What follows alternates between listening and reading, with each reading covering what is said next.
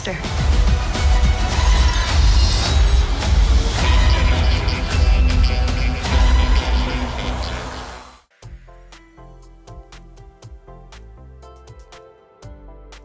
The Marvels sees Captain Marvel, Miss Marvel and Monica Rambeau switching places every time one of them uses their powers.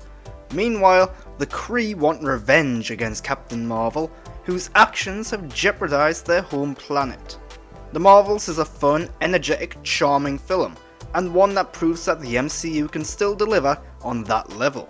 However, the fun, fast-paced and often disguises the film's simplistic story, its one-note villain, and questionable plot points and turns. The standout is Iman Vellani's Miss Marvel.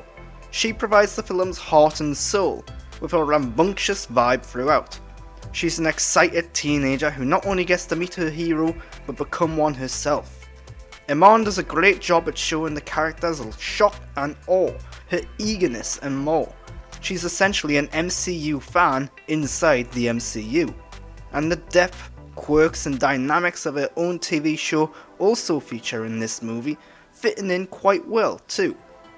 Monica and Captain Marvel are formidable, but the setup of their relationship is often rocky.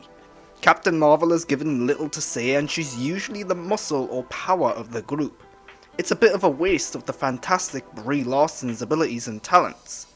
Monica, meanwhile, is the brains of the group, providing the movie's science fiction gobbledygook explanations. Their relationships from the first movie is touched upon and forms one of the group's biggest flaws, but it isn't fully explored. It fails to resonate because it provides more questions than answers, like why she continues to call Carol Auntie despite having never seen her in 30 years. It's a relationship that is supposed to be familial, but without the background to support it.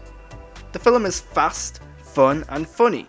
Sadly, it keeps trying to push the fun and funny factors. This results in a few too many silly moments that creates a disjointed, odd tone. The film often veers into childish territory, which would be fine if it wasn't sharing a universe with so many more serious movies, and if this movie didn't also have more grounded and serious moments. What starts out as funny often becomes farcical, and some attempts at comedy don't work at all, such as a musical sequence which feels very out of place and forced in. Not helping matters is the villain. Their motivation and goals are well conveyed and explained, but the character has nothing to say or do outside of this. There is little depth to them with no real information revealed about them on a personal level. Luckily the actress is good at what she does, adding some sort of gravitas to the role, but she is underutilized outside of her action scenes. The Marvels is overall a fun time. It's fast, short, exciting, thrilling and funny, but it lacks depth under that glossy, colourful surface, and it fails to resonate on an emotional level due to a few too many silly moments, and because it often presents more questions than answers. I enjoyed this film, but it left me scratched in my head wondering what was next. It's a brief thrill, but not a long-lasting memory.